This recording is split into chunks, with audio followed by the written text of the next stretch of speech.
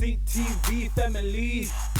Catch us live on your TV screens. As you can see, I'm laughing. So obviously I'm laughing at something that this man, because he's always cracking jokes. Now he's saying gorgeous boys worldwide as he's waiting for the You're cam. going to bring that to the viewers. No, I absolutely we need to will. keep behind the scenes, behind the People scenes. must know how cocky you are. No, I'm not cocky. I'm just saying it's a very good picture. That's it. Okay, guys, we've decided to be very vain on the show when we have these pictures. But the person that we're speaking to, though, is not vain at all. He is somebody that is trying to genuinely make a change in the world using the health system. And he goes by the name of Dr. Chad. And he's here to chat to us today about actually what is health innovation, what are some of the things that he's interested in, be it entrepreneurship, the businesses that he's running.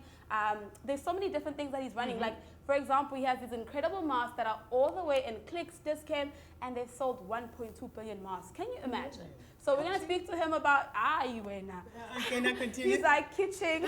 We're going to speak about what it means to be a health innovator and what are some of the things that he's most passionate about and what it means to be a doctor in this season. So Dr. Chad, thank you so much for joining us. Thank you so much. Thank you so much. First thing first. Yeah, I want to find out what is health innovation. Okay, In words. so from my side, South Africa and Africa is one of the more under-resourced countries in the world.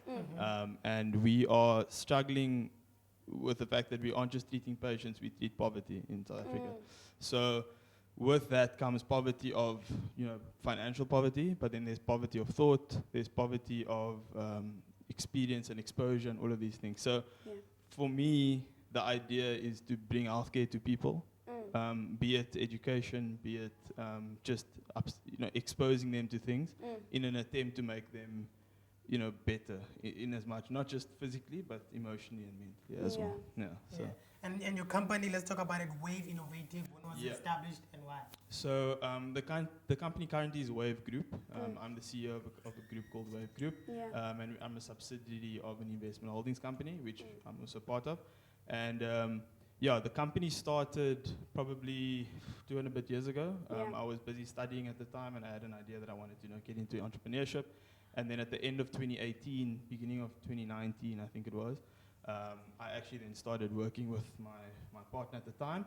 And we initially started with smart devices, like smartwatches, etc. And over the year, as COVID hit, we obviously had to pivot and shift as you do as an entrepreneur. And we had to decide, what is our focus point. And for me, look, as much as I don't enjoy being a practicing doctor per se, I'm very passionate about healthcare. And then towards the end of 2019, I started working on what now is the Nanowave mask. Started working on it as a product for healthcare professionals at the time. And COVID hit, and we pivoted and we focused all our attention on creating the mask and perfecting it. And we've been, like you said, through this game, we all around, and it's been well received nationwide.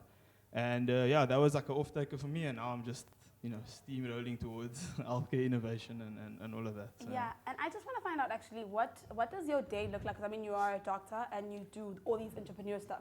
So how do you make sure you stay cool? Do you have like one specific goal that plants all these different things? Yeah. Or are you just trying like a lot of different things that you feel like can help the world? So I stopped practicing as a doctor. I took the leap. So they say entrepreneurship is like jumping off a ledge and then building the wings as you fall down. As you go down. And eventually before you hit the ground, you fly up. So that's literally what I did. I jumped out of medicine.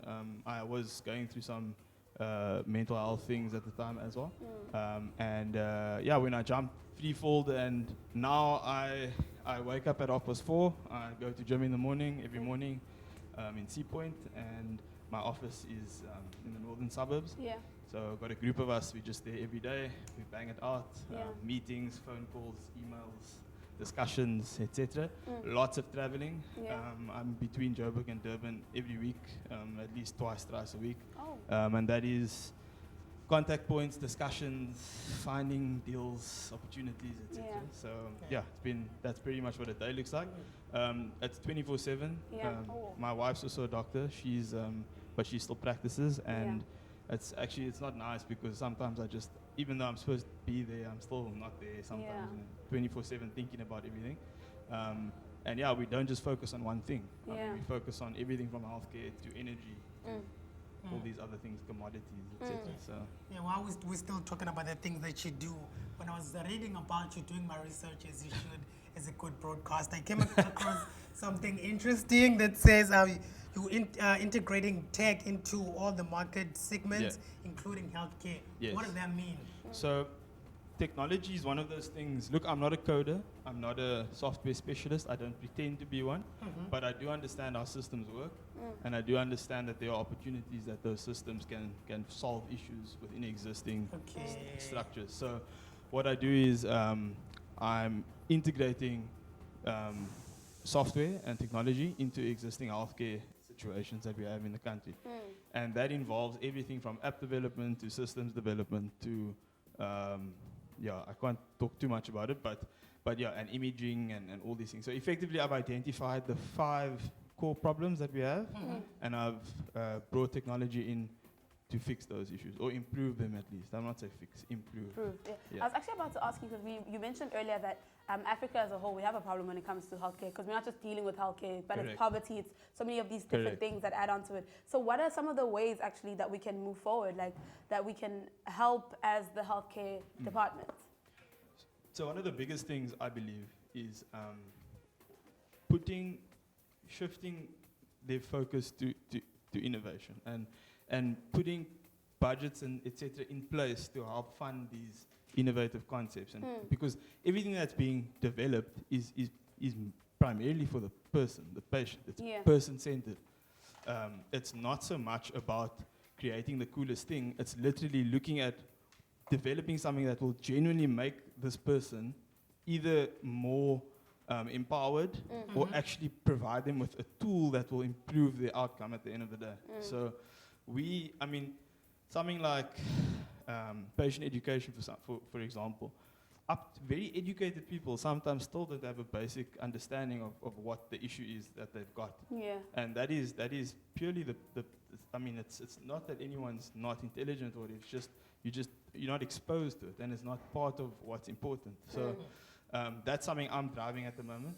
Mental health care is also something I'm really pushing towards, and I think that's something that, especially now, especially with the matrics and things, it's something that needs to be spoken about more. Absolutely.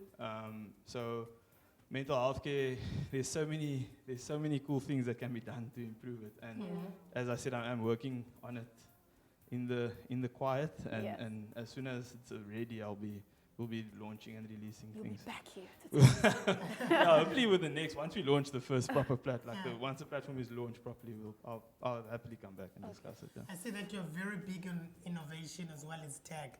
I want to find out from you, do you genuinely believe that we as the continent, especially as the country, are ready for the 4th industrial revolution? It's interesting because so 4IR is one of those concepts that's obviously trending at the moment, and everyone's talking about it, and it's a hot topic. And I've noticed now with, for example, one of my products that I'm working on, and I just got it fully certified and things. If you look at the curve, technically I am 5 years ahead of the proposed time that it should be in this setting. So yes, even the world, and statistically we might be a little bit laggy, we might be a bit behind. But over the next 5 to 15 years, I think Africa is set to be the center point for tech innovation. And speaking of tech innovation, this is tech innovation. It kind of was, Also, I think also the timing is just amazing. The fact that you weren't even planning it for COVID, you were just literally doing it for doctors. Correct. Yeah. So I hated wearing a mask when I was practicing, and I just thought there must be a way to make it better.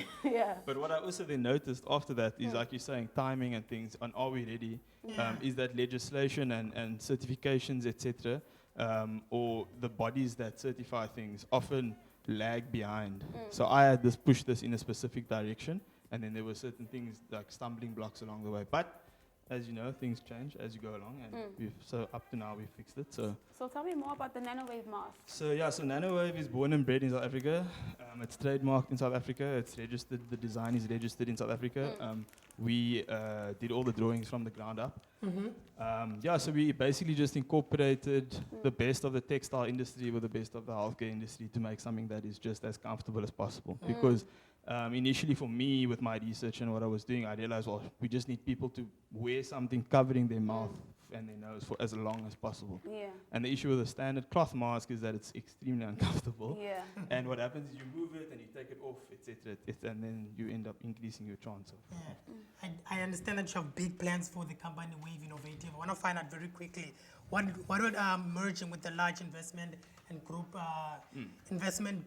do for you as a company? So with regards to that, so I actually, instead of merging, I started my own one. So so I was gonna merge, I was gonna do all these things, but what I decided was to find a group of guys that I know are professionals and they're strong, and we just came together and we're working very hard at the moment on building something big. Yeah, but that's very on the low at the moment. Oh man, unfortunately our time is up, No, but we it's want to cool. know where we can find you on our social media. I know there's so much more we didn't speak about. Yeah, You have these amazing cars, all these business things.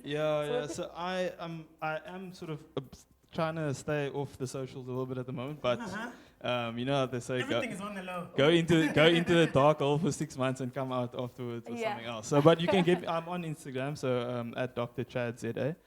You can find me there, and then Facebook if you want to DM me, etc. But yeah, that's pretty much it at the moment. Yeah. Dr. Chad, thank you so much for chatting to us. It's a pleasure. Literally, health innovation is the future for Africa, and if you believe that as well, please do make sure you go check him out. But right now, though, we're gonna take a quickie of a breakie, and we'll see you after this, because I'm a rapper now. Goodbye. CTV family, catch us live.